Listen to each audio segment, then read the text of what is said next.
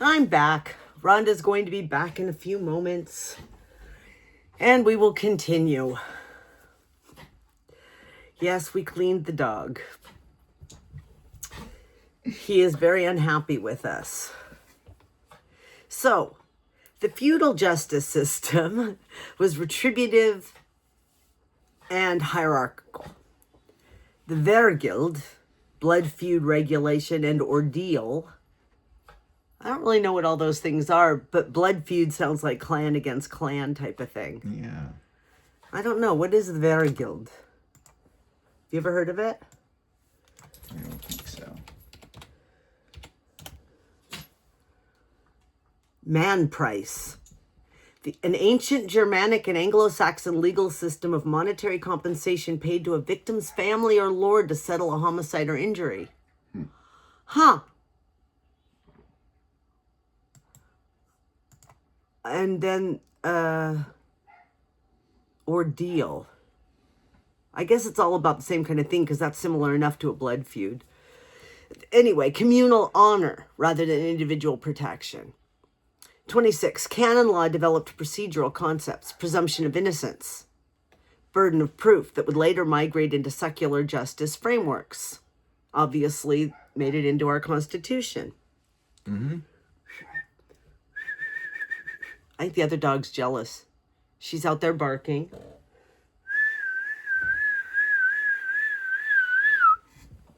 I'd prefer for her to be in here, not barking outside.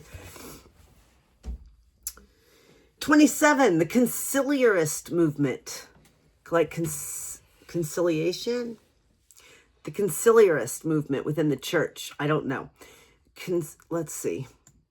I just can't. I'm such a nerd. I have to look up words I don't know because it just drives me crazy.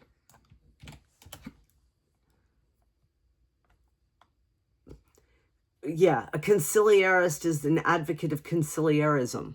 That's helpful. All right. A Catholic movement holding that supreme authority rests with an ecumenical council rather than the Pope. Huh. So is that the beginning of the pulling away from the Pope and the beginning of Protestantism? Maybe, yeah. Okay.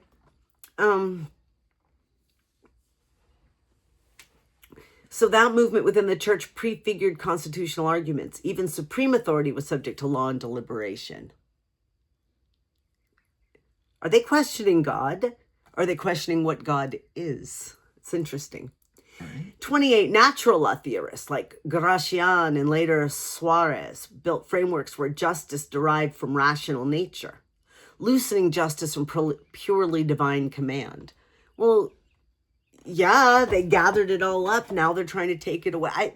I wonder if that's a theme that we'll find throughout the concepts of God said versus no. That God said thing is wrong. This is how people are. No, God said. No, this is how people. I think we've seen it over and over already. Each new group that gets accepted even. 29. Islamic jurisprudence developed parallel concepts of hurriya, liberty, and adl, maybe ADL, justice. So they too, huh? Interesting.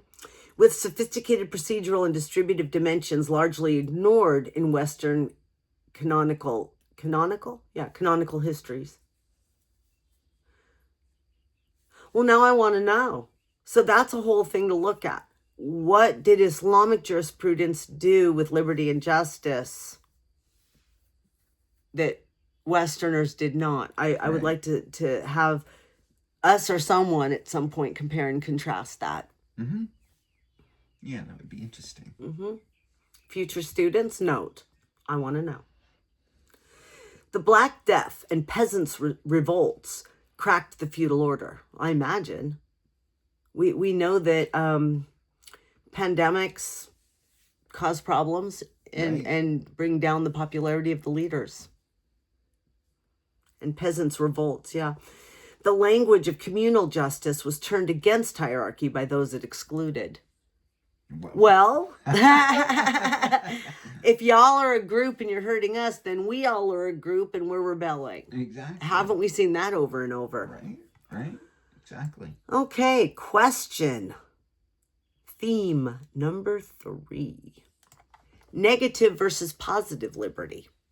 The organizing axis of modern liberty debates. Negative liberty demands only non-interference, the absence of external obstacles. Positive liberty demands actual capacity, the real ability to act meaningfully. Every welfare state, every critique of formal equality, every capabilities argument is a positive liberty claim. Every libertarian resistance to redistribution is a negative liberty defense. Neither dissolves the other. The boundary between them is where most political conflict lives. Interesting. Negative liberty demands non-interference. So, leaving me free to do my spirit journey. Positive liberty demands actual capacity, the real ability to act meaningfully. In other words, sure, you're leaving me alone to do my spirit quest, but I can't figure out how to eat in this society, so you have to feed me so that I can go on my spirit quest. That's the positive. So libertarians and conservatives don't want to do any of that positive stuff. They're like, get it yourself. Right. But it's convenient because they're the people who can get it for themselves. So they're telling everyone who cannot that they just should. Right. And the people who have not, or who society has excluded one way or another, or made it impossible, those people want the positive liberties.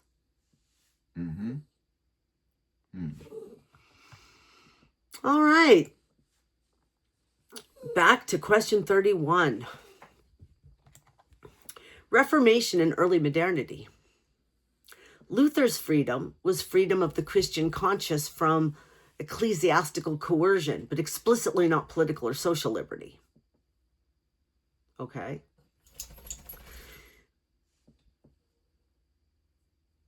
The Reformation fracture forced the question of religious liberty as a political problem. Whose faith governs political life or public life? Well, yeah, that is a problem. Well, and it should have been a problem all along, because there was never only one religion, and it was Johnny-come-lately as it is. Yeah, right. 33, the Peace of Westphalia in 1648 encoded cuius regio, that sounds like a king thing, and cius religio, king versus religion. Let's see. Liberty of conscience was carved out as a political settlement, not a philosophical principle.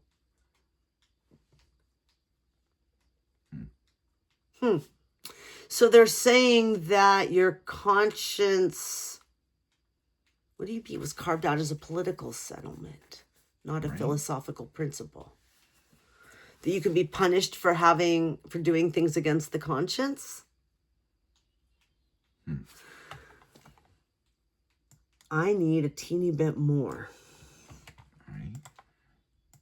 Yeah, I'm not satisfied with that explanation. It was a series of peace treaties that ended the 30 Years' War and the 80 Years' War. It brought peace to the Holy Roman Empire, established the foundation for modern international relations based on sovereign statehood, and introduced a framework for religious coexistence.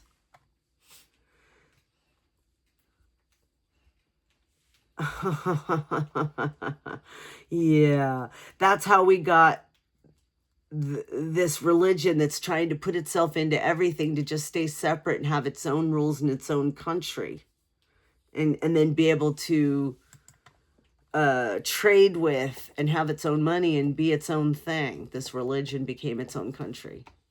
Now it's shrunk down to the Vatican, but it was kind of a treaty that said that this religion and its territories also have a political footprint, I think.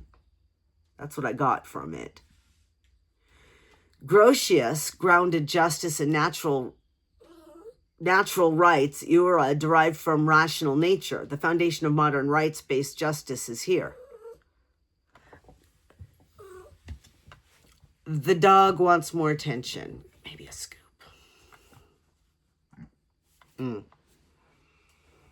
The dog would prefer that we weren't doing this, that we were paying attention to him. 35, Hobbes. Ah, yes, Hobbes. Short, brutish, and nasty life would be without government, said Hobbes. He says liberty is the absence of external impediment. Justice is whatever the sovereign commands, a stark reduction that cleared the ground for liberal alternatives. Yeah, he was kind of a reductionist, wasn't he? Locke inverted Hobbes. Natural liberty precedes the state. Justice requires protecting. Pre-political rights to life, liberty, and property. Note property, though. Yeah. They're saying we have a right to property. And do we? Do we? Because if you look at many indigenous groups, they have a different idea of that. And why does ours win? Locke was the one. Yeah, this is what I'm talking about, where he said that you own the land if you've improved it. Locke's labor theory of property embedded a distributive assumption. Just holdings derive from productive effort, not birth or conquest. So if you're born somewhere, you don't get to have it. If you fight for it, you don't get to have it. You must improve it. Right. So therefore, you Native Americans, you've done nothing. You're not allowed to like it the way it is. That gives you nothing to me, who has. Right. The English Civil War forced these abstractions into constitutional conflict. Regicide, republicanism, and religious dissent all pressed for new justice vocabularies. The levelers, I wonder if they really did level or... Interesting. Advanced the first systematic argument for universal, male, in parentheses, political rights. Liberty is equal standing before law, regardless of property. So the first thing we do is we have all the religious people take over. Then, after they've decided that God has given them the rights, the rich came along and said, we have rights too. And so they got to share it, and they got to split the countries up, and they got to take over, each took over some. Then we need new words for all these people that own land and have what we're calling now property to now have rights. And now we're saying that we want all the other men to have rights, even if they don't have property. So like I said, first they say that God gave these people the rights, and now they're sort of extending them out. Who gets rights? Oh, not you. You. Oh, no. Oh, you. Well, no wonder we've been fighting. Each group has had to fight for rights for all these years since here. When everybody had everything to start with. Kind of sounds like Trump with Iran. First you have everything, all the rights, and then you had all these fights, and now we're deciding who gets to go through the strait. Right. And 40, Spinoza separated natural right from a moral right entirely. In the state of nature, everything is permitted. Justice is evil. Oh, no, it was covered up by an arrow. Justice is civil. Okay, that makes a little more sense. So, in the state of nature, everything is permitted, and justice is a purely civil construction. Well, that kind of makes sense in a different kind of way. So, life is kind of what you make it, is what he's saying. He's saying that there is no universal God law. Like that restricts you. Okay. Theme 4. Individual versus relational self. Liberal justice assumes a self that precedes its social relations. Choosing, contracting, bearing rights. Communitarians, feminists, Ubuntu philosophers, and Confucian traditions all contest this. Right? Well, see, again, you're not born and you're not born and developed in isolation from your culture at all. You cannot develop your brain and think about it and then enter into contracts separate from the culture that you were raised in. That doesn't work. So I have to agree with these other traditions. The self is constituted by relationships, roles, and communities it did not choose. Right. If the relational self is correct, justice cannot be designed from behind a veil of ignorance. It must emerge from within particular forms of life, making universal principles permanently suspect. Because you have to dilute them. In other words, the waffle word concept again. You have to dilute the concept to make it apply to all cultures and circumstances. Exactly.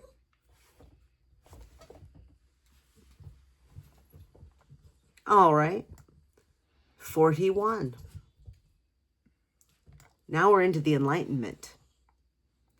Montesquieu separated political liberty, security under law, from philosophical liberty, freedom of will, a crucial and analytic distinction. Okay. He separated your security from your government, from your freedom of will. Well, okay.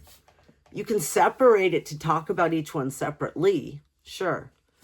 Rousseau's general will reframed liberty as collective self-legislation. You are free when you obey laws you gave yourself as a citizen.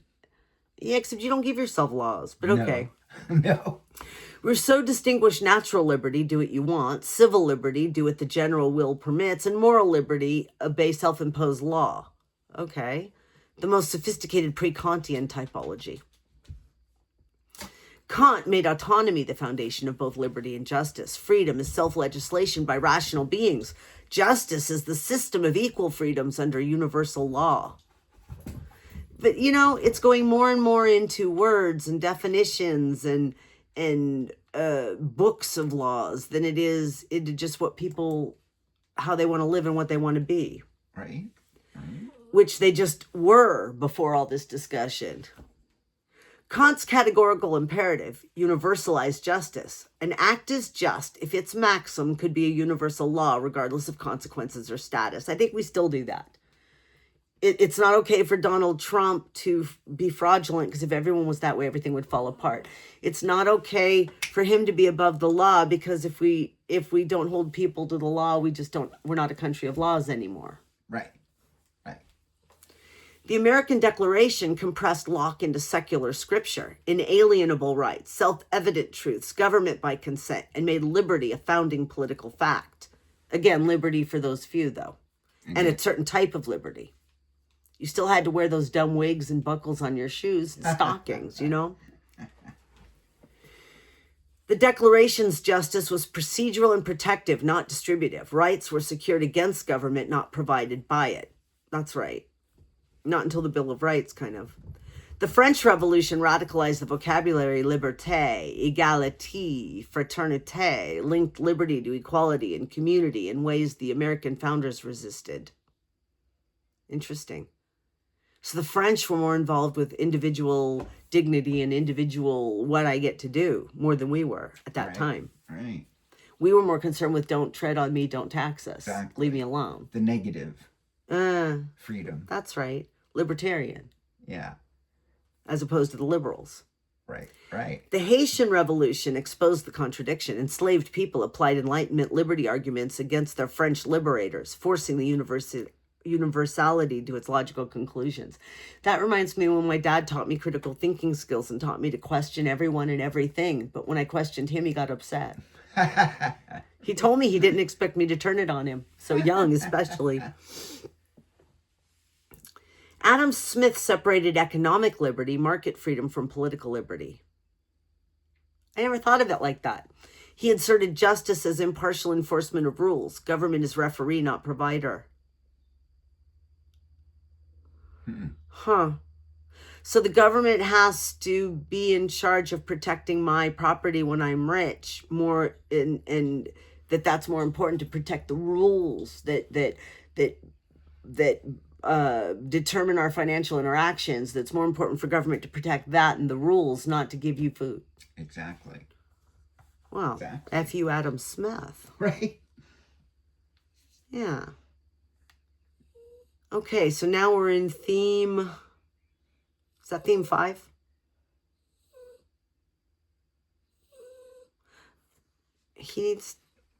Yeah, it is. Number 5. Desert versus impartiality. What you deserve versus the impartiality of law. Ancient justice distributed according to worth. You received what your nature, role, or contribution merited. Modern justice increasingly demands impartiality. Outcomes should not depend on birth, identity, or social position. The conflict runs deep. Desert claims feel intuitively just, but always embed prior hierarchies, impartiality. And let me read that again. Sorry, the dog's really distracting me. The conflict runs deep. Desert claims feel intuitively just, but always embed prior hierarchies. Impartiality claims feel procedurally fair, but can produce outcomes that violate deep moral intuitions about merit and responsibility. we want to make rules and we want people to follow them. And we don't really care how those people feel about it or if it does good for them or not, is kind of what part of this is. Follow the damn rules that we made because it's Right. moral. Right? Ugh. Ugh. I mean, we say ugh, but if when we established rules for the HOA, I wanted to follow them. Right. But I don't want to follow your rules. I want to follow my rules. Group 6, 19th century, expansion and contestation. Ooh, I have to go to the other place today. I have 15 more minutes for now. Hegel reintroduced the communal Sittlichkeit, the ethical life, embedded liberty in family, civil society, and state. Abstract individual freedom was incomplete without social recognition. Abstract individual freedom was incomplete without social recognition, Hegel. So basically, you inside of your head is not anything unless you're part of the government, part of the everybody's structure that was set up. Right. Mill's on liberty drew the harm principle as the definitive liberal boundary. Liberty extends to everything that does not harm others. Mill also introduced the positive dimensional quietly. He supported education and considered ignorance a constraint on meaningful freedom. That's for sure. Right. The abolitionist movement forced liberty arguments to their limit. If liberty is natural and universal, slavery is not merely wrong, but a fundamental injustice. Duh. All right, but that's coming from now. Frederick Douglass demonstrated the contradiction in American liberty claims more sharply than any philosopher. Lived experience as political argument, which, again, all these things are still what we're arguing about and working with. The labor movement reframed justice as procedural fairness.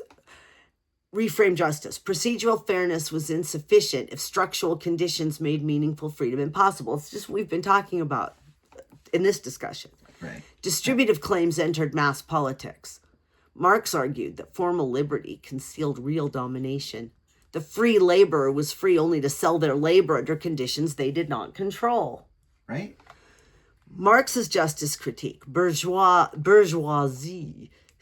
Bourgeois justice protected property relations that were themselves unjust. Law was not neutral, but structurally partisan, which we know. We've said so. The women's suffrage movement applied liberal arguments to political exclusion. If liberty meant self-governance, half the population was unfree by definition. Right. Social Darwinism co-opted liberty language for hierarchy, freedom of competition, survival of the fit, showing how liberty concepts could be weaponized for injustice. Ooh. Mm-hmm. Because that's what they're trying to do now. Exactly. Hollowing out liberty concepts to weaponize them for injustice. That's what we're talking about when we had the whole conversation with Orban. About Orban, not with him. Right. Right. Theme 6. Procedure versus substance. Can justice be achieved by following the right rules regardless of outcomes? Or do outcomes themselves determine whether justice has been done? Isn't there just a natural tension? It's just going to be that way, right? Mm-hmm. Because some rules hurt people. Some outcomes have hurt people. So you need to constantly go back and forth and adjust. Right. Right. Procedural frameworks, Kant, Rawls, constitutional liberalism, hold that fair rules generate legitimate results even when unequal. Yeah, but who's deciding what rules are fair? That's the problem. Mm-hmm. Substantive frameworks, Marxist, feminist, critical race, hold that formerly neutral procedures operating on unequal ground reproduce injustice. Right. The choice between them is not merely philosophical. It determines what counts as a just society. So when you start with uneven ground, then what? Right. Right. Then what? 7, 20th century, rights, frameworks, and welfare states. And I think putting welfare in there is very interesting, but it does talk about distributive justice. Right. Right. Isaiah Berlin's 1958 Two Concepts essay crystallized the distinction negative liberty, freedom from interference, versus positive liberty, capacity to act. Still the organizing framework for most debates. Berlin warned that positive liberty could be weaponized. Totalitarian regimes claimed to liberate people from false consciousness, poverty, or sin. Right. Oh. Positive liberty gets weaponized because they promise to give you things and free you. The welfare state institutionalized positive liberty claims, freedom from want, fear, ignorance, and disease as legitimate government obligations coming from FDR. FDR's four freedoms explicitly included freedom from want and fear alongside speech and worship, embedding distributive justice into liberal democracy's wartime self-definition, showing how we're different from them. The Universal Declaration of Human Rights in 1948 combined civil political rights, negative liberty, with economic and social rights, positive entitlements, a deliberate hybrid. Yeah, so we have the right, we have the right to not be overly controlled and the right to be given a decent life, given that government's controlling everything. Right. I put that last piece in the given, but 66, Cold War politics split the UDHR synthesis. The West championed civil political rights. The Soviet bloc championed economic social rights, each using liberty against the other. Wow. I would have put that so differently coming from the West. The West championed civil and political rights. The Soviet bloc championed economic and social rights. In other words, what? We're saying that the rights of the group win, but I thought that's what they were doing. How are they? What was that? Dog noise. Decolonization movements claimed collective self-determination as the foundational liberty, a group right that complicated purely individualist frameworks. Yeah, because if you're determining, what if you have a small group of people who the larger group determines to not be part of the whole self-determination? That's how you get the small group of one country's people within the other. And there's some weird geographical things because of it. Fanon, F-A-N-O-N, argued that colonized people could not access individual liberty without prior collective liberation. Sequence and structure mattered, not just principles. Really? So until you get away from the colonizers, you can't have individual liberty. I would argue with some of that, but in the big picture, I see it. I see it. The civil rights movement deployed constitutional liberty language while exposing how procedural justice without substantive equality was hollow. Right. So you could say whatever you want in the Declaration of Independence, and you can have a Bill of Rights, but if you have a group of people who aren't really able to vote, who are being sent to jail, if you have a two-tier justice system, then you don't really have freedom for anybody. Liberty language is hollow. Isn't that part of the critical race theory, I mean. John Rawls, A Theory of Justice, reframed distributive justice philosophically. The difference principle held that inequalities were just only if they benefited the least advantaged. That's very important. We need to bring Rawls back because they're taking DEI, which was meaning to benefit the least advantaged, and he says the difference principle holds that inequalities are just only if they benefit the least advantaged. And they're turning it around, trying to say you can't do that because it's not benefiting the most advantaged. Right. Yeah, that's wrong. Right. Okay, so let's go on down to question 7. When something goes wrong, should justice punish or repair? When someone does something harmful, there are two very different ideas about what justice should do. One says justice means punishment. The person who caused harm should suffer a proportional consequence. The other says justice means repair. Focus on fixing what was broken, healing the people hurt, and figuring out how to prevent it from happening again. Punishment looks backward. Repair looks forward. A just system probably needs both, but most systems heavily favor one over the other. Some systems don't favor either, and I'm afraid that that's some of what we're doing. We don't have fair punishments. No. And equal punishments. No. But we don't have retributive justice either. And like Trump, when he pardoned people, he also pardoned their retribution, and they did not have to. So the people who were hurt just got hurt. That's right. That's right. So you can have neither too.